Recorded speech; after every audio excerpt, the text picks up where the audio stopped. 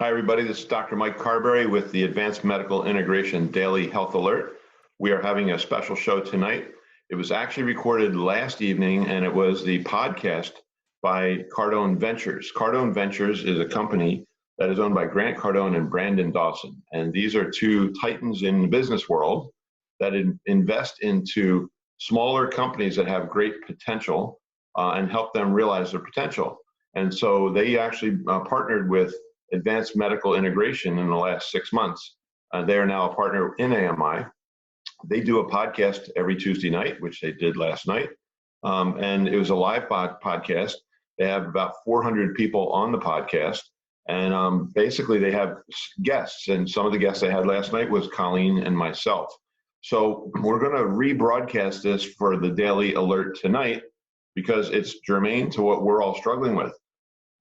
They're talking in the beginning part of the show. They have a guest, Seth Mattison, who is a guru on promotion and running public events. And, his business has been sidelined because of the coronavirus.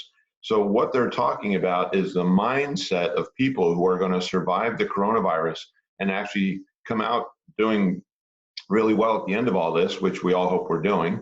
And so I thought it was really appropriate to listen to it. And about maybe halfway through it, maybe a little later, they introduce Coleen and I, and they start talking about advanced medical integration and the healthcare scene in this whole, from a business point of view, how healthcare is going to have to fare and what you're going to have to do in this crisis. So we thought we were guests on that last night. We thought it was very appropriate, and we want our listeners to be privy to that information as well. So we're going to replay that tonight. Now, Brandon Dawson, if you don't know who he is a titan in the business world. He took his first company public at 29 years old. It was in the healthcare space, and he was dealing in the hearing industry.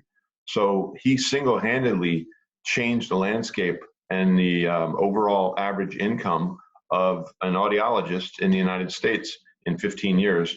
And so he recently sold that in the last few years. Sold it for a very, very high EBITDA factor. If you don't know what that is, it's how you calculate the value of the business. And his was one of the highest ever calculated. So he is working now very closely, him and his team, very closely with Advanced Medical Integration and helping us to help our clients realize their dreams. So one of the things that I want to point out is his marketing guy, who you're going to hear in a few minutes. His name is Buck Wise. Buck had a company that did marketing for companies like Google, Adidas, Starbucks, and the list goes on and on and on. Buck is also a titan in the business world. And what Brandon did was surround himself with people who were really, really good in their field. And he used them to keep him briefed on how to advance his business. One of our guests earlier in last week, Mike Holleran, was his finance guy. And then now you're going to see Buck. Buck is the marketing guy. And I want to point out that Buck Wise and Bobby Palmer, who is our marketing guy, both of them highly qualified. A lot of people say to me, hey, I clicked on you once and now you follow me around everywhere I go on my laptop. That's Bobby Palmer doing that for us. So Bobby and Buck have decided to start, and they did it last week. It was a huge success, but we're going to have them live handling questions for marketing. Now, this is going to start on every Thursday. The AMI, or the Advanced Medical Integration Daily Health Alert, will be live at 1 o'clock Eastern on Thursdays only. Now, we're going to still do the Monday, Tuesday, Wednesday, but the Thursday one is going to be at 1 p.m. Eastern. The other 3 nights will remain at 5:30 Eastern. But you have to register to be part of this, and this is for everybody. And you have 2 marketing titans that will be handling questions live. The title of their show is Medical Marketing Mastermind. They're going to do this every Thursday throughout the duration of this crisis. It's so you can go to the daily.amidoctors.com to register for the Medical Marketing Mastermind, which will be at 1 p.m. Eastern on Thursdays. So make sure you register for that. Don't miss that. It's going to be very, very valuable. They've done some of our shows in this Daily Health Alert, and we've had people tell us that the marketing ideas they got were genius. We have a guest that we're going to be talking to probably next week who ran some TV ads right at the beginning of this crisis, and he's averaging about 3 to 5 new patients a day through the crisis. So anyway, don't miss that. So I don't want to hold you back from the episode. This is actually a copy of Cardone Ventures daily podcast for the Corona crisis. So we're going to start off listening to Mr. Buck Wise, and he's going to introduce a guest, Seth Mattison and Brandon Dawson. So with no further ado, let's turn on to our daily health alert, and I hope you enjoy it. So let's kick things off, coming back in 60 seconds with 10X Owners Live. Stand by, going live in 3, 2, 1. Stand by camera, stand by audio. The whole purpose of this show is to engage with business owners, be able to answer questions for people that will give them some insight and perspective.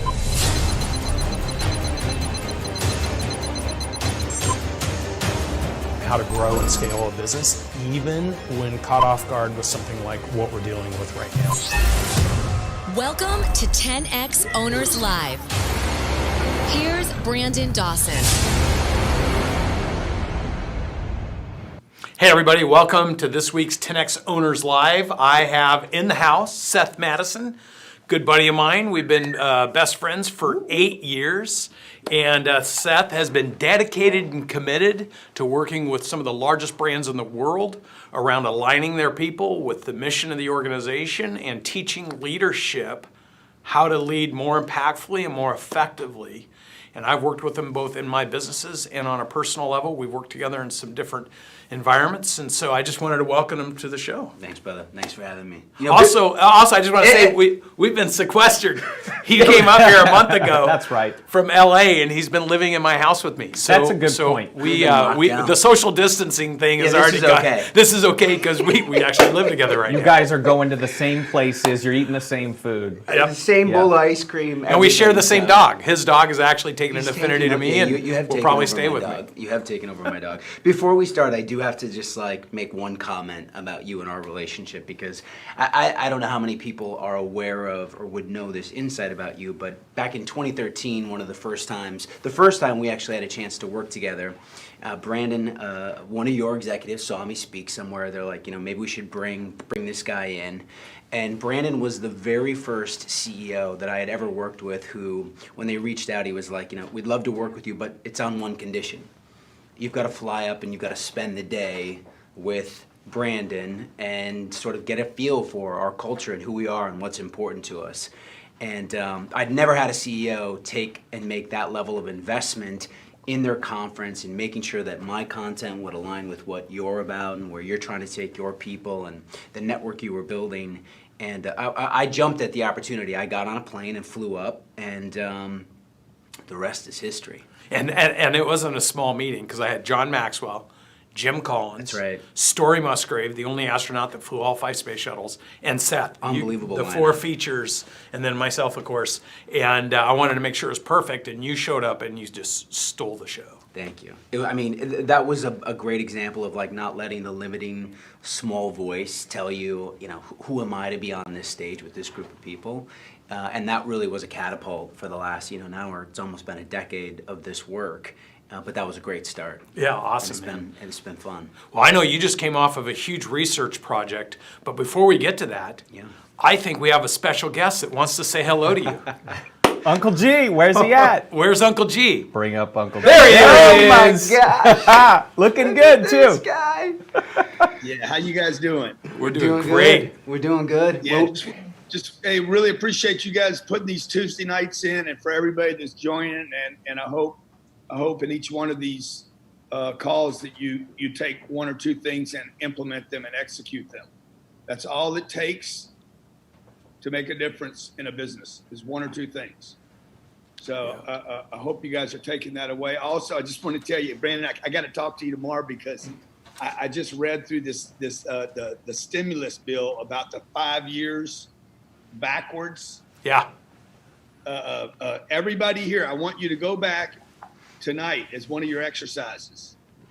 Figure out tomorrow what did you pay federally since 2015 in taxes. 2015, 16, 17, 18, and 19. And I know how you can recapture every one of those dollars this year. Wow. Yep. Can you imagine? Wow.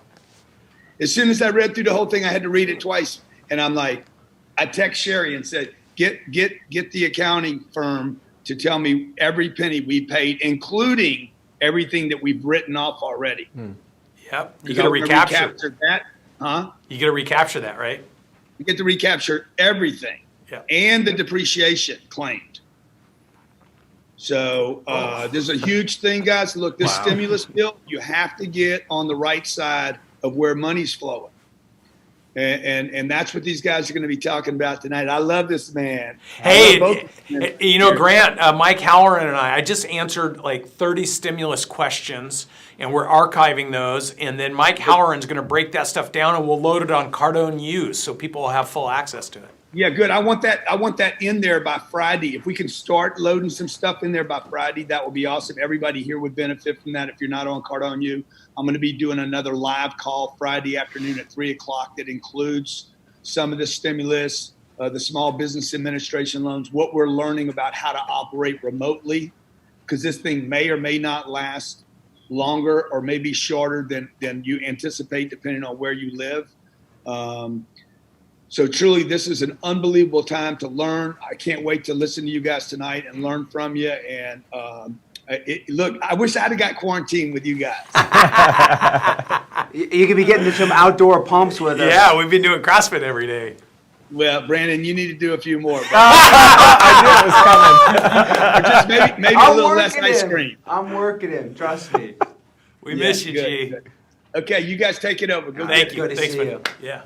Speaking of what Grant just talked about, what the transformation in the world of working apart, not being together, the trend that we're in right now that some people are finding, like for me, it's like it opened my eyes to maybe having a workforce that's not necessarily in one location.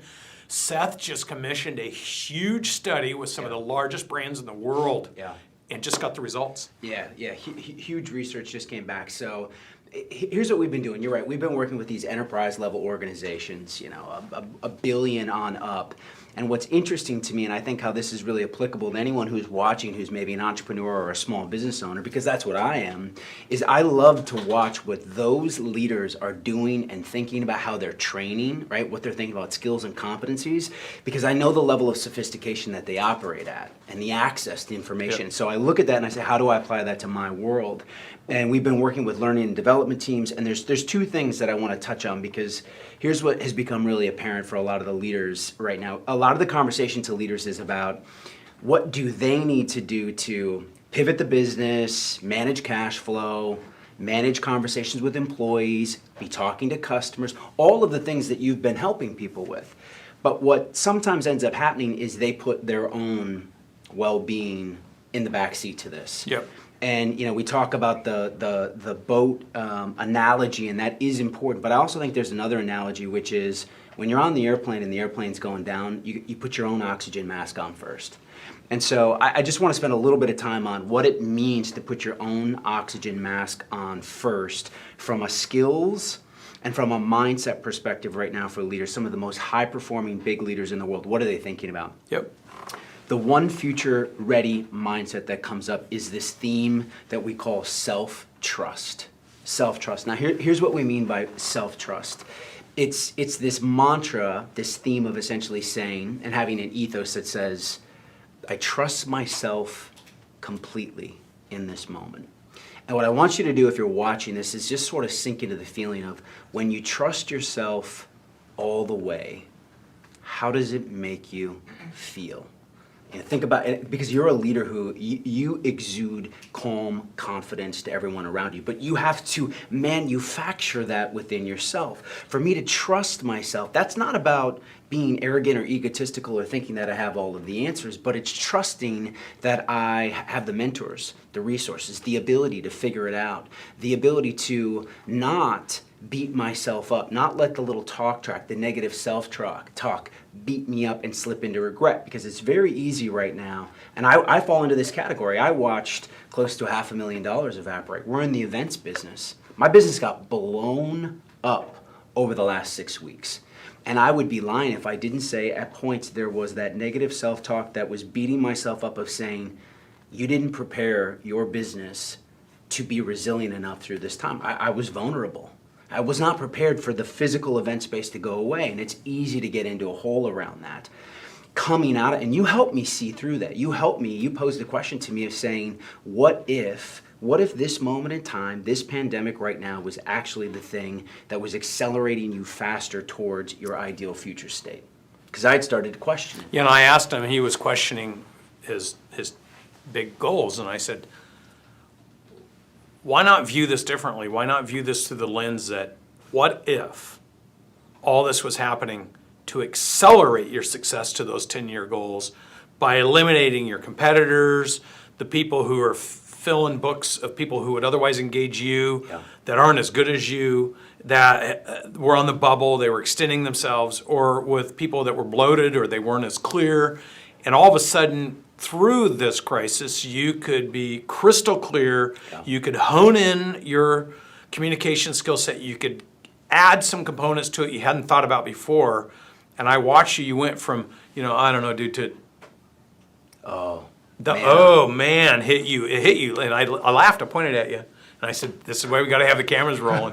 Because this stuff's happening in real time, man. It was real time. And it went from an aha to man on fire. Yep. And I think the big shift happened last week, and now I see opportunity everywhere. And what I had to do, coming back full circle to this first mindset of I trust myself, is I had to anchor into this idea then of I trust myself to be able to rise to the occasion of this. Now, when we say I trust myself completely, what does that mean? I love to think of it like this. Trusting yourself is a lot like trusting other people. So if you think about your most trusting relationships, what exists between you and that person? How do you show up? How do they show up? What exists? Trustworthy people do what they say they're going to do, and they say they're going to do it all the time. Now apply that to yourself. How often have you said to yourself, I'm going to do something, and then not follow through? Especially right now in this moment when routines, rituals, and habits are so critically important. I mean, you hear Grant talking about the stuff that he's given up, right? What are we not going to be doing right now? That's an example. And if you go back on those, every time you do that, it erodes at your trust. And as leaders right now, if you're going to extend confidence out to everyone around you, you got to start with I trust myself. So that's the first mindset. The skill, the future ready skill. Mindset is how we think. Skills and competencies are knowing what to do. And the top competency I see these enterprise level organizations talking about right now is this theme called learning agility.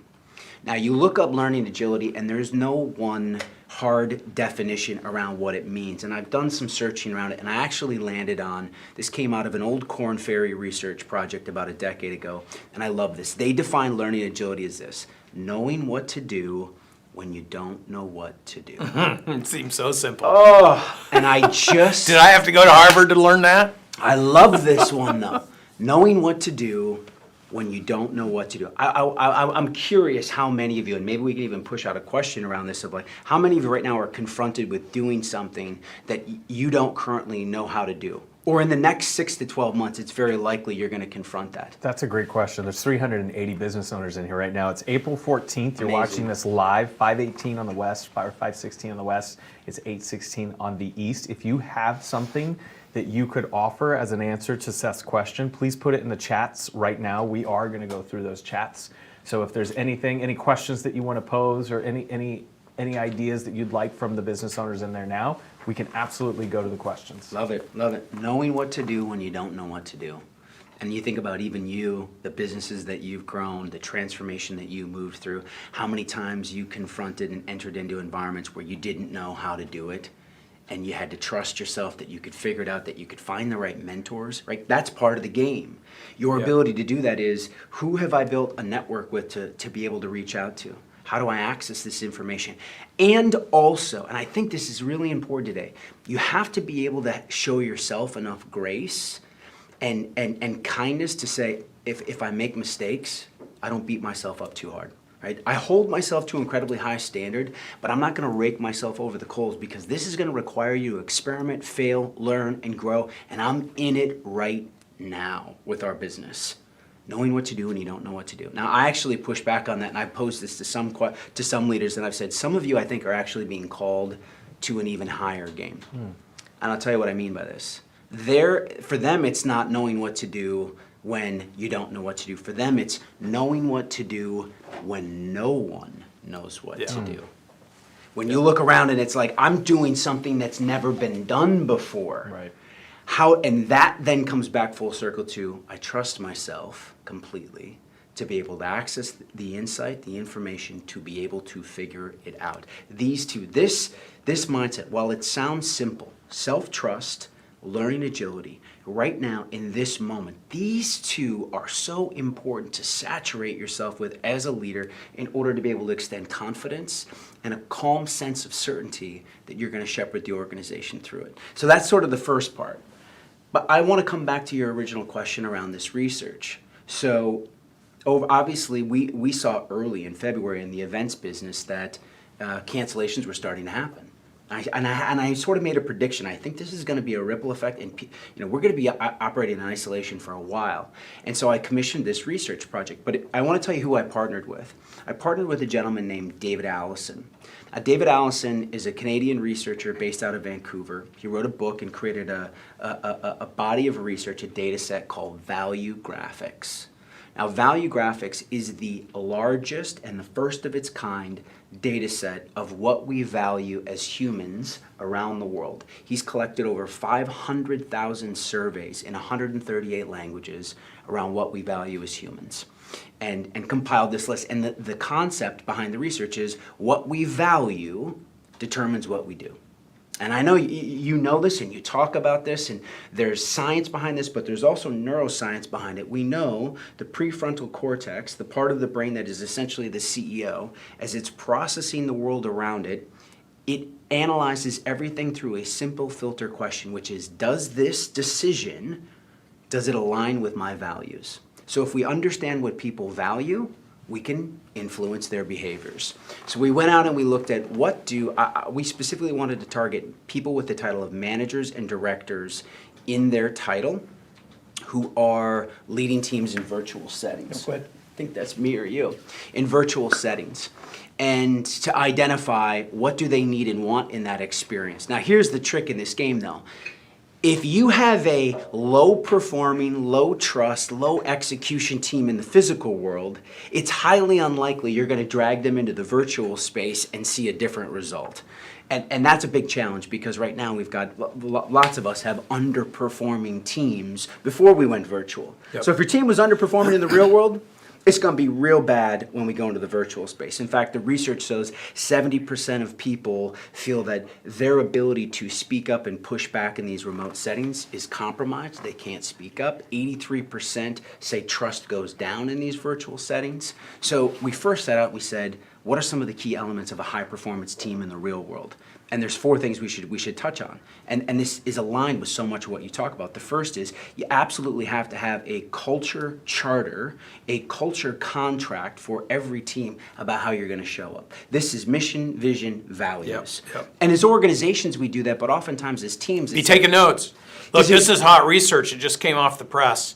Brand new, 2 weeks out. Brand new, 2 weeks out. And so he's just building, he's being asked by huge companies that are going to spend $50,000 or $75,000 to get a couple hours of his time digitally to explain this to them so they can make really important decisions for their enterprise. And so you're going to get a fire hose of this in the next 2 minutes. So take your notes. So culture charter, we think about that for the organization, but you have to have it for your team. What are the values of how we're all going to show up and commit to it? Number 2, psychological safety. Belonging, which leads to candor. What's psychological safety? It's essentially creating an environment where people feel like they can reveal their full selves. They can push back, they can challenge, they can question without fear of retribution or public humiliation. Psychological safety is rooted in high performance. Number 3, accountability. But specifically, not just accountability. What we want to shift is accountability from people feeling accountable to the leader and their performance metrics to feeling accountable to each other.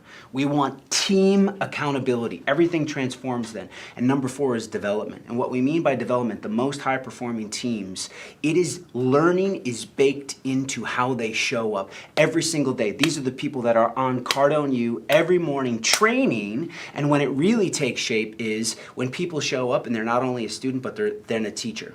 So we want to push responsibility onto our teams to say, every day, once per week, you need to show up having prepared a lesson to teach your fellow teammates, because we want them committed to each other. So that's high performance teams in the regular world. With our last 30 seconds here, here's what the research pointed to.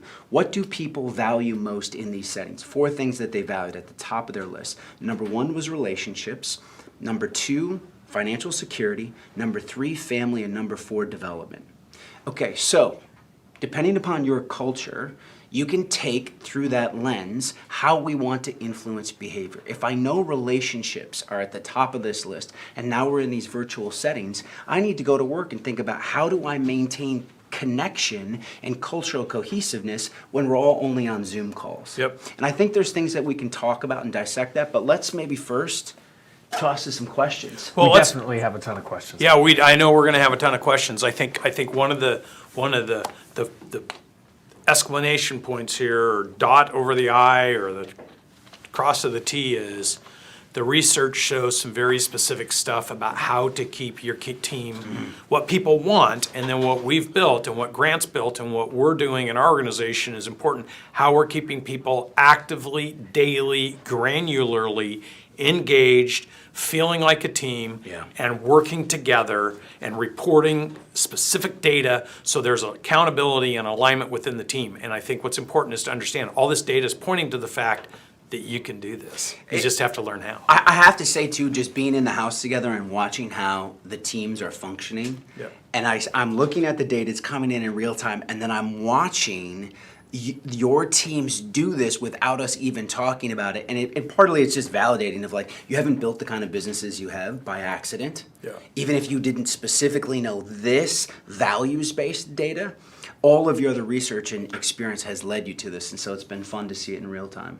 Awesome. We'll go to some questions here real quick. We'll go to Jim in just a second. It's funny to hear you say that, Seth. You know, we're in the middle of a move right now, and the movers are an essential business because people are still moving from place to place. And so, you know, we had a mover in our house who was saying, I'm not going to take advantage of anything from the government. I don't trust anybody in the government, and I'm just going to sit here and be a mover, and I'm happy doing what I'm doing. And it's like, I never could make that connection or correlation to why somebody would think a certain way. But like to your point, once you see the research and the study, like to me, it's like, that's what 10X helped me understand. It was like, I always knew it was there, but I just was like, how do you put this into a bucket and formulate it? It's like, he's not taking the 10X principles and 10Xing his life. You know, he's scared. He doesn't have the courage like we talked about. And so getting the data from you is so important, I think, for people to make those connections. But this is a great example, I think it was just touched on though, Buck, is that understanding, unpacking what that individual's value might be. That's a value that maybe was deeply ingrained in something about self-reliance or self-resilience.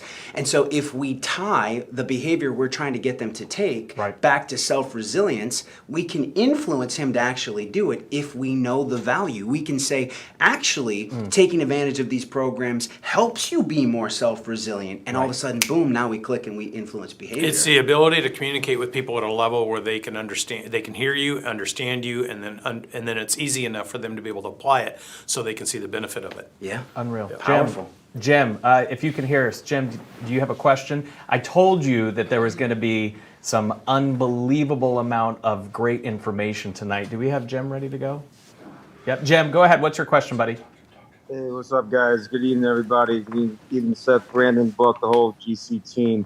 A quick question on the culture thing. I'm glad you said that. I'm a CFO by trade, and you always hear cash is king. I actually believe culture is king. Cash is a result.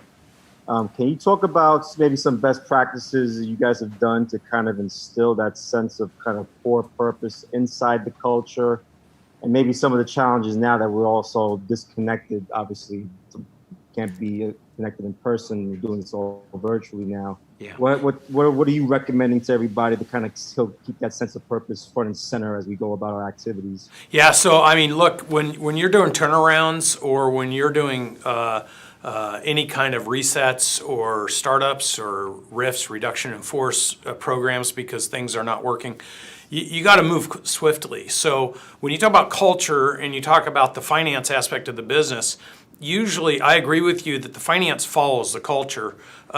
But sometimes if you don't have a strong culture, or if the situation, if the house is on fire, then you make sacrifices. I think though, when you have a strong culture, people understand there's predictability into why you make decision making.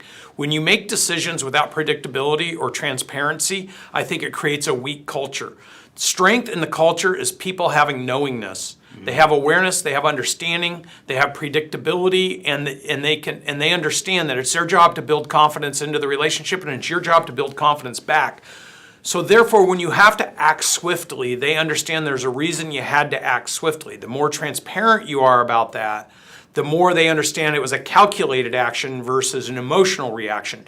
When people respond emotionally, people then lower their confidence. When they respond in a calculated fashion and can articulate what that is, and sometimes people, the less experience you have, you don't sometimes see that until it's in reflection. And then they're like, wow, I'm glad you did that. But in the moment, they might not understand it. So I think if you have a strong culture, people should have the ability to relate to what's going on because there's an expectation. I use the 6 words. There should be inspiration, discipline, accountability, alignment, transparency, and results in all you do. And if you do that and you live and die by it, your culture will be strong because there'll be predictability and people will understand cause and effect. When you don't have that and you're just randomly doing things, it lowers the culture. So the stronger your culture is, the more there's predictability into the reasons you do things, and the more there's alignment into the outcome of the things that you do. What I'll say, having the opportunity to look inside a lot of organizations and see those cultures, you see how quickly Brandon rattled off those 6. Those were 6 values that you have applied to every team and every organization. Now, you might not have those exact 6 values, and that's okay, as long as you know what they are. I mean, I think a great self-reflection point for leaders is can you rattle off the 6 values that are most important to you and your team? Not necessarily just what's on the wall, because we see lots of teams that they'll say, be bold and courageous are part of our values, and then you find out they're conflict avoidant and have no candor, right? We all know those situations where it's like the meetings that happen after the meetings because people are afraid to say what's really going on in the meeting. So as leaders, it's a constant mirroring and self-reflection of how am I showing up right now? Am I a living embodiment of these values? Because everyone's watching you right now. And I think a great self-reflection question for all of us as leaders right now is how do you want to be remembered during this time as you move your teams through this, right? We're going to be the lead demonstration on that.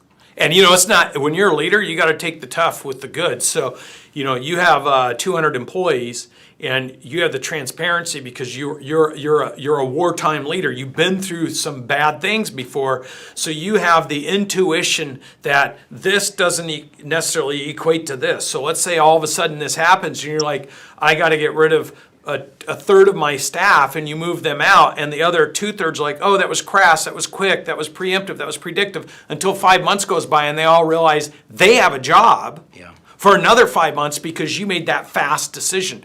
So you'll always be judged in arrears, but people will judge you in the moment. And the fact is that the more that you're a weathered, trained, honestly, courageous leader, the faster you'll make decisions with the more wisdom and experience you have. And sometimes that's not recognized in the moment, it's recognized in the future. Beautiful. I do want to say hello really quickly, just take a quick pause to say hi to some new doctors that are here that have joined us. We are going to be discussing in just a bit the partnership we have with Advanced Medical Integration. Mike and Coleen are going to be on to talk about that. So I just want to say welcome to 10X Owners Live. This is just a glimpse of the sort of value that Cardone Ventures and the entire Grant Cardone network is bringing any business owner in this network. We're here, of course, today with Seth Mattison, who is just releasing, just a wealth of knowledge on us right now. John Pyron, do you have a question for the guys right now? I was. So I've been doing business coaching and consulting since 2013. I built lots of different companies, but going through this, I'm getting a ton of business owners approaching me right now. It's going, okay, my business is done. It's gone. I've got sales skills. I want to start a new business or go into a different route. And so what kind of businesses out there are you seeing right now that are just absolutely positioned perfectly for this and are exploding right now? It's a great question. My research team has been on this. We've got a handful of new businesses that we're going to be rolling out. I would say for my top list, stay tuned because we're rolling out some new business opportunities over the next 2 weeks. We're getting them licensed and doing all the work right now because there's 4 or 5 things that I think are going to be super, super hot in North America. And we're setting up those businesses as we speak. But generally speaking, it doesn't take a lot to drive around your neighborhoods and to look at who's in business and who's not in business. And for business owners, first thing I tell you is if they started a business and the business is already folded in, say, 4 weeks, what they need to do is learn the process of building a healthy, sustainable business. Because anybody who had a business that has already folded their business and is saying, I'm toast, did not learn how to build a healthy business in the first place. So what you need to do, if I was one of those people, and I was coming to you for advice, the first thing if I was you I'd do is have them sit down and identify, take a piece of paper out, draw a line down the middle. Left side, all the things they did exceptionally well and that they learned and that they would always redo over and over and over because it worked. On the right side, all the things that caused them to be out of business in 4 weeks and what they would never do again. Mm-hmm. And I would then ask them, what businesses are out there? As you drive around or you look around or you open and do your own research on Google, what businesses exemplify the things that you know that you can do extremely well? And then here's a simple premise. Real money flows to problem solvers. To the extent you can use your degree or you can use your sales skills to solve bigger problems, you're going to make more money and you're going to be worth more. So finding businesses or situations where there's problems, and trust me, there's more businesses with problems today than there were 3 months ago or 2 months ago.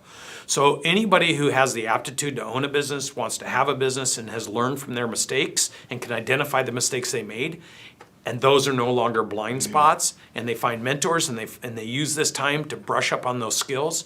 If it's sales, Cardone, look, you could be, people right now, we're getting more people becoming Cardone licensees that can use Grant Cardone's infrastructure, can use Grant Cardone's brand reputation to go out to all the thousands of small businesses in their marketplace to teach them the basic skills, the customer service skills, the sales skills, the marketing skills, all the skills necessary to get things back going, because that in itself is going to be a huge business, is how do I take the assets that I have that maybe weren't on point enough to keep my business in business. Now, if you're in a business, the government just shut you down, that's too bad. But how do you make things bigger, better, faster? And I would become a Cardone licensee if I didn't know what else to do, and I would master that and bring it to my local market. Yep. Hey, Brandon, because John, I think healthcare will continue to explode. I mean, obviously, right? It's going to be on everybody's attention, even at another level now. Absolutely. Private healthcare, people that are like, hey, I want to be able to get treated and handled here.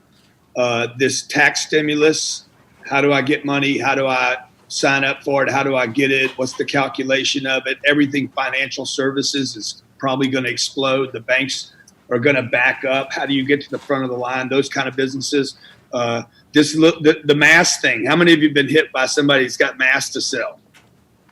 I got a guy here telling me he sold, I mean, the numbers are mind-boggling. Like I can't, 2 billion masks last week. So he got into the N95 game. Now, the reason I'm saying all that is because for many of you here, you're not going to go play that game. I'm not going to go play the mask game because it's not on my purpose line. And it still comes down, the car dealer is probably not going to shift into that today, that you're going to go consult, or the plumber, the contractor, the roofer. By the time they make that shift into the trend, it'll be over. So it goes back to this thing that they were talking about, these inspiration, discipline, accountability, alignment, transparency, results, core values. I would strongly suggest to you guys, make those your 6. Yeah. You know, don't start floating around with what will work. I guarantee if I took Steve Jobs, brought him in the room, I'd say he's inspirational, heavy amounts of discipline. Steve Jobs would waste somebody in a period of 15 seconds. Massive accountability, okay? Alignment. We're going to build a beautiful product. Transparency. This is who I am every day. It doesn't ever change. I need results for my company. And he had core values, okay, at least in his business. When we, I think Brandon was making the reference maybe to me laying off, 30% of my staff in one company, by the way. That's a little bit of a misnomer because we have 423 employees in the real estate, and I think we lost 4 of those people. So that was not a surprise to anyone in my company. Nobody was like, oh, wow, I can't believe he did that. Because I always let go of people. Like, that's not a new thing for me. That is very consistent, very transparent, very in alignment, by the way, with my core values. They might not be your core values. Yep. Your core values might be loyalty. I'm keeping people no matter what. I'm going to nurse them from, I'm going to nurse them after they're dead. They can't even show up to work on time. But then that will destroy your culture. Yeah. So if any of you have ever been in my organization, I dare you to find a culture any stronger than the one I've created. Which involves, by the way, for me, rewards and penalties. There is no reward without a penalty. There is none. We're all grateful right now for things that 3 weeks ago you wouldn't even have put them on a list of things to be grateful for if you searched for the list. The last thing I want to say is this on the remote thing. The remote thing should not actually change your culture. The things you were doing before you went remote just need to be done better. The fact that you and I can't hug it out, I can't breathe on you, should not change the fact of who I am today.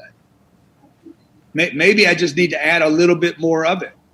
We did a conference call with my Cardone Capital team the other day, and 2 of them they were in T-shirts like this. Okay, well, it's 8:00 at night. I'm in a T-shirt tonight, but I'm like, what? Would you dress like that at work? No, you wouldn't. Good. Well, you're off the call. Come back the next time dressed the way you should dress. So don't get loose right now, folks. The culture starts with you. The transparency starts with you. The discipline starts with you. The alignment starts with you. The transparency, the results, the core values, that's not something that you delegate. That's something you either are or you need to become. And once you become that, once you're doing your own self-improvement, then maybe they will, and maybe they won't. But at least you have the right to expect them to do it because you do it, and they see you doing it. 100%. And the reference of the 200 businesses, as a point of fact, I made that number up because the company that I talked to a week ago actually has 2,000 employees, and they laid off or furloughed over 600.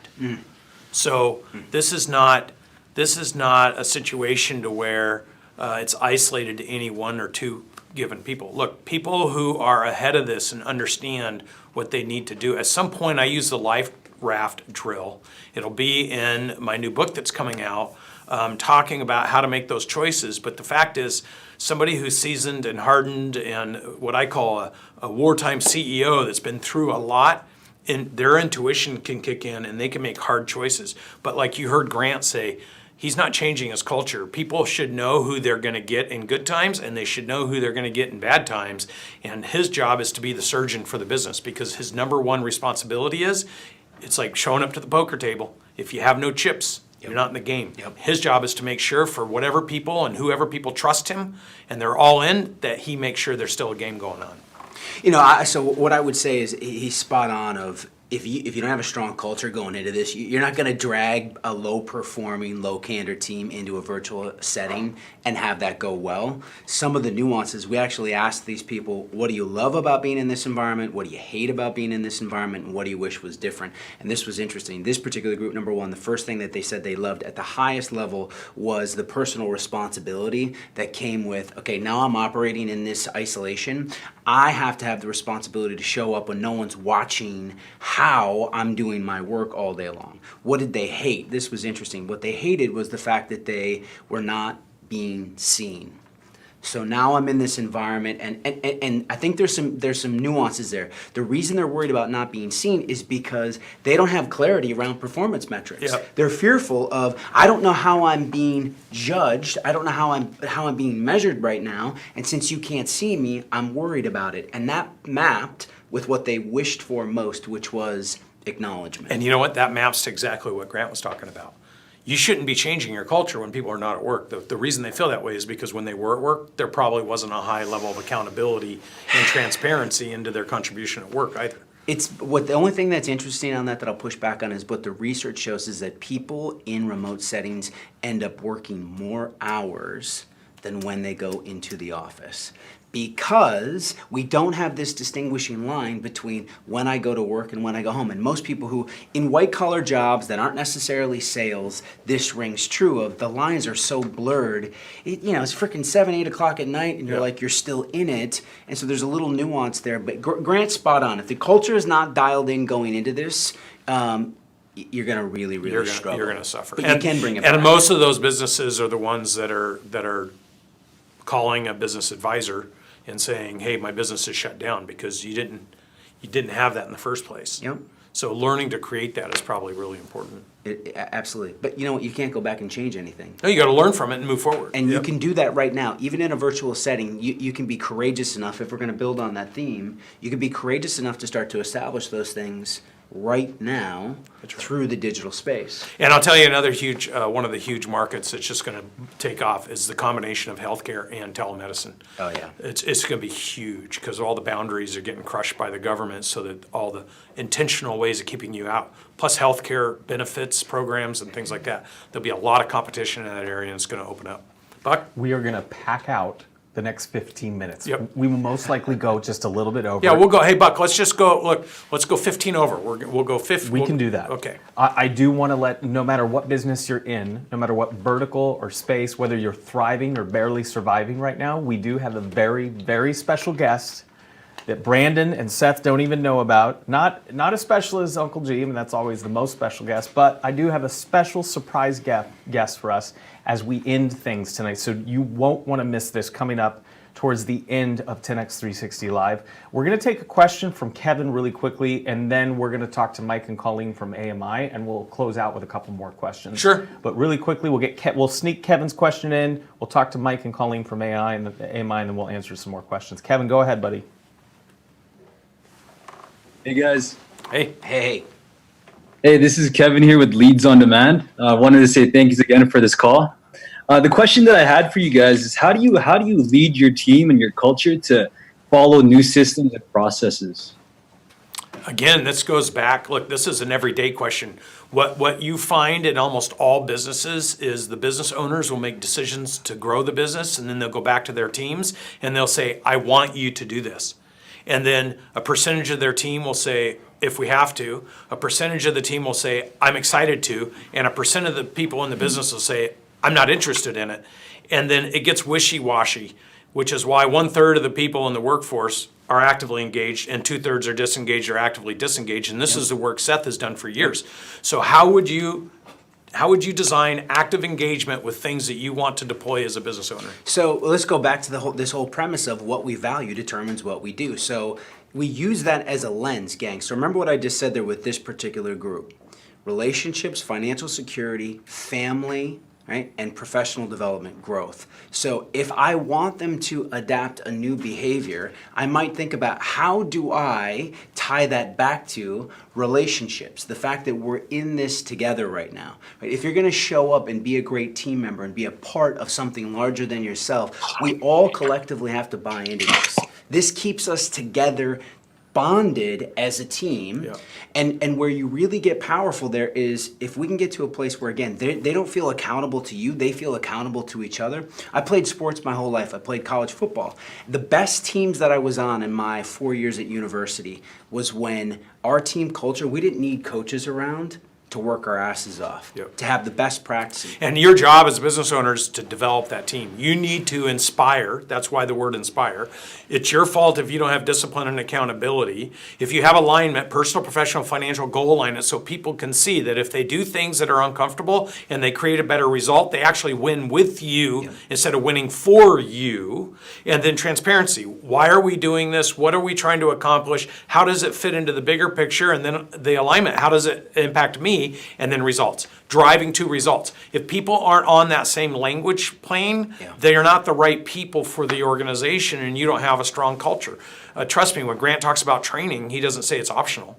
He says this is a mandate because the only way the business grows and scales through our people is if the people get as good as our best people. The only way our people get as good as our best people is if we drill, practice, and rehearse as a community working together, which is that team thing you're talking about. And everyone needs to press to push the bar even higher and higher and higher, and others need to follow, or you get off the team because the team will eat your lunch because you're dragging them down. Yep. And I'll just add to that, just to the nuance of this and how it all ties together. Again, go back to the relationship piece, learning and development. When people show up and they're training and developing, but then if you drop in a nugget of say, okay, everybody is responsible one day this week, you take your 5 turn. minutes, it's your turn to teach the rest of the team something. The student becomes the teacher. And so now when you prepare as if you're preparing a lesson like a teacher, you also study different. If you're studying just to get through the lesson, because I know some of you leaders, your people are going through Cardone U and they're just checking the boxes, right? If you check their scores, if you're holding them accountable, you see their scores, they're failing half their tests because they're not going through it as if with the intention to teach. So I could sprinkle in an element of we are going to co-create and learn and grow together. It speaks to the value of relationships, ties back to the values. You guys see how all of this stuff and it has the connects? accountability. Has the accountability. Awesome. Buck? Beautiful. So changing healthcare around the world. It's a group called Advanced Medical Integration, which is now a trusted partner with Cardone Ventures. We're going to bring up Mike and Coleen. Mike, Coleen, what do you guys think so far at 10X Owners Live today? Is it just, are you like 10 pages of notes? Are you soaking it in? Yeah, I've been writing notes. It's been really awesome. That last question was such a profound question because that's the reason why we joined Cardone Ventures. We were, my colleague and I created this clinic and we have the culture in our office. We're able to grow our practice, but trying to get that for 500 clinics was really a bear. And we knew we had the purpose. We knew we had all that in alignment. How do we actually get 500 clinics to grow so we can not have a culture in our business, but a culture in our industry? That's what we're trying to do. We're trying to change healthcare. And the experience with Cardone Ventures has been so wonderful. You know, learning the PPFs, the professional, personal, and financial goals. So that's the answer to the question that Kevin just asked. Yep. How do you get your staff to put a system in place? You align your drive, what you're trying to accomplish with their personal, professional, and financial goals, and they align with yours. Now they have skin in the game. Now they're working to promote and forward your cause while they promote and forward their cause. And it's a win-win. It's such a beautiful thing. We're thrilled working with you guys. And right now, just so everyone understands, you guys have, about 470 offices in your network right now, and we are platforming, I don't know, probably 10% of those as we speak, and That's right. and been meeting with hundreds of people in your ecosystem, and we're seeing businesses, even in today's environment, that are going through explosive growth. Yeah, well, that's the trick. I mean, we got to get it to change the industry. We have to start somewhere. So we're starting with our top guys, and some of them I see them watching tonight, you know, because they're that invested into this whole thing. And as they start to be successful at it, this is what I couldn't do by myself. And this is why when we first heard Grant, Coleen, my wife, was like, we have to get that guy in our world somehow, some way. And when we did, he introduced us to you, and it was perfect because for us to be able to get this whole industry to change, you got to start somewhere. We start with our top guys. They perform. You're showing us the exact path on how to do it.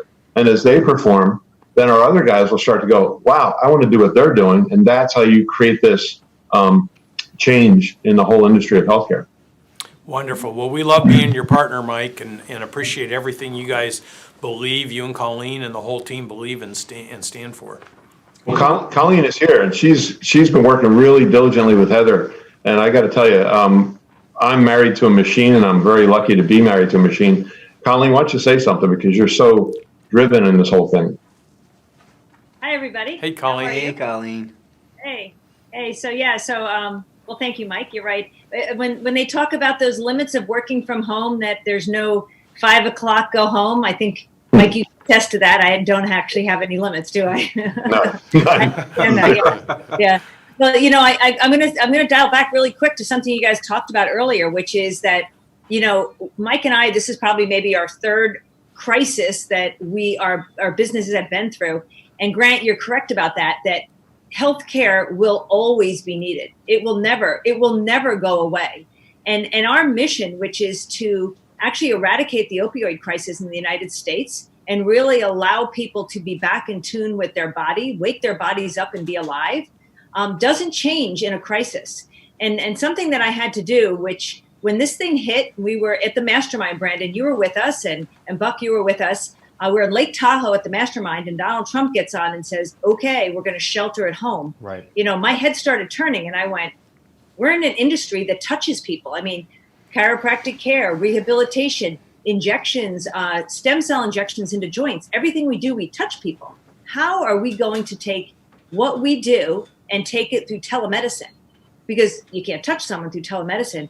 So over the next week, I literally looked at our program and yanked out some of the parts of it and converted it to something that can be delivered through telemedicine. We now have a massive program that our guys can deliver pieces of our program through telemedicine. And I spoke to our coaches the other day, and 85% of our clients have their doors open and are still functioning and are not in the red. They're actually still profitable. And it's because healthcare will never go away. People need help at home or in the office. What's more important, though, is that those people have doer, thinker, doers like you and Mike and the whole team and all of us working together, because this relationship is so important. But the most important thing is, even though this is something that pulled us off of the moment of what we were working on, we've not lost our bigger picture, which we talk about. We see this as an opportunity to even accelerate through to get to the bigger picture even faster. In fact, from what we were talking about 90 days ago and the barriers and the things we were worried about, all of a sudden could all go away, and we could have a free shot at doing what you guys have dreamed of doing your whole career. Hey, Coleen, how many deaths last year from the opioid crisis? Mike, you know this stat. 150,000. How many? 150,000. So, guys, maybe 60,000 people are going to die from the coronavirus. 150,000 people died last year. That doesn't count the people that are in treatment centers and still in the streets, not treated. Right. And that's every year. That's not one time in 100 years. That's every year getting worse. So you guys should connect with these guys. They have a massive mission, and it affects every business owner in America, because somewhere this call, your cousin, your nephew, your niece, their kids, kids, your employees' kids, your most dependable manager of your company has a kid or somebody being affected by this massive problem. It's not death. You're absolutely right, Grant. It is. Somebody always knows somebody who has died or is addicted. And, honestly, when the program that I developed to be able to deliver at home, we go to Lowe's. I don't know about you guys, but if you go to Lowe's or Home Depot, they're hiring because everybody's building has projects at home. So the amount of people who are hurting themselves at home that are going into the medicine cabinets and getting old pills. I mean, that's basically how people get addicted. They open up the medicine cabinet and there's somebody's old opioid or Percocet and they take it. So our mission is to keep people out of their medicine cabinets. And how better than right now they're home working, doing things to hurt themselves. We actually have developed a program that we can go directly to the marketplace through Facebook and find people at home who are hurting themselves that we can treat with our methods, with bracing, to help them stay out of the medicine cabinet. This is so amazing. I think this is what we're talking about with taking the opportunity that's transformed in front of all of us and using it. If you have a strong mission, if you believe in your purpose, you have discipline, accountability, inspiration, all the things that you just heard in the last few minutes. When we met them, Grant said to me, I don't know how, I don't care how, I just want you to help them. And that formed the basis of what we have as a beautiful business relationship now that's going through explosive growth. So Mike, Coleen, thank you guys. We love you and looking forward to continuing to update everybody how we're building together. Yeah. Just real quick, Sarah Winter. Sarah, I wasn't trying to diminish how many people have been killed by COVID. The 125,000 is worldwide. The opioid crisis worldwide would be in the millions. Yeah. The 150 was just U.S. And again, that's not street drugs. That's opioids. Okay, that's not the Ritalins, all the overprescribed. There's 26 medicines in the average family's medicine cabinet. This is a massive problem. I was just trying to point out what these guys are doing, and some of the people that you're on a call with, Mike and Coleen, are truly about mission, about culture, about transparency, and they're taking on a beast. Yeah. Mm-hmm. And the beast, the beast is, the pharmaceutical industry. Yeah. So any way you guys can connect with them and help, these are warriors. You want to be connected to people that have massive discipline and create cultures and are willing to go fight and do tough stuff. If you get around tough people, you'll get tough. 100%. And if you hang around people that aren't fighting a big game and that don't have big problems, you're going to get soft. Oh yeah. 100%. This is what the middle class of America, this is what's wrong with America today. We're surrounded by lots of weakness and reasonableness. A lot of people that have made reason with things that really should be treated unreasonably. True. 100%. Thanks, Grant. Awesome. Buck, any other questions? We do have more questions. I was going to ask if I could pull an audible here. We were going to give an offer to only Advanced Medical Integration members for that all access offer. Should we present that offer to everyone? I think we should look. I've been getting blown up by people that are begging for help. Okay. So I think we should let people know what we're doing. Listen, Grant has said over and over to me, you have to make everything we do available to anybody who raises their hand at all levels, especially now. This is our moment to shine. So I took all these programs that we've been working on, 10X Scale Up Workshop, it's 12 weeks, it's online, plus it comes with 5 hours of me explaining how to apply it to you. If you're an individual and you want to scale up your personal or your professional or your financial results, this is for you. If you're a business owner, you want to do it, this is for you. Our private group, the 10X 360 Roundtable, are all the business owners who have spent tens of thousands to hundreds of thousands of dollars with us, where we're in a private group and we're addressing questions. It'll be tomorrow every single week, and I just got done with over 500 questions answered. So this is a serious group of people that want to grow and learn together. I've been getting a whole bunch of people with the SBA. How do we figure it out? How do we fill it out? How do we make decisions? We have a team in place. Grant has said, make ourselves available to answer questions and help people learn how to do that. And then the fourth thing on the slide was the Grant Cardone sales training. If you do not have it, I will include this. So for $5,000, you could break the payment down into, I think it's 2 payments, Josh? Into 2 payments, you'll have access to all of this, including the 10X Scale Up Workshop. So you're going to get so much of our time, and you're going to be able to start working with Cardone U and learning how to apply it to your personal life. We'll share how we're doing it in our organization, how we've learned from Grant's organization. And this is leaders leading leaders. See, when I am in trouble, I call Grant Cardone. I call John Maxwell. I call Story Musgrave. I call my mentors and say, here's my situation. What do I do? When Seth had questions, he came to me. Drafting is the most efficient, most effective way to do things. While we learn, we transfer to others. While you learn, you transfer to others. This is all of us binding together and making the most out of this situation and positioning ourselves for the future. So anybody that wants to take advantage of that, you just simply email Josh, or is it jdawson@cardoneventures.com, or let me just add some contrast and some clarity here. You've got these 4 programs that you're looking at. You've got the workshop, you've got the 10X Scale Up Workshop, the Roundtable, you've got Grant Cardone Sales Training University, and then you've got all that information that's going to be coming for the SBA loans. That is $25,000 worth of product. We're going to do 2 payments, is what we're saying, down to $4,995. So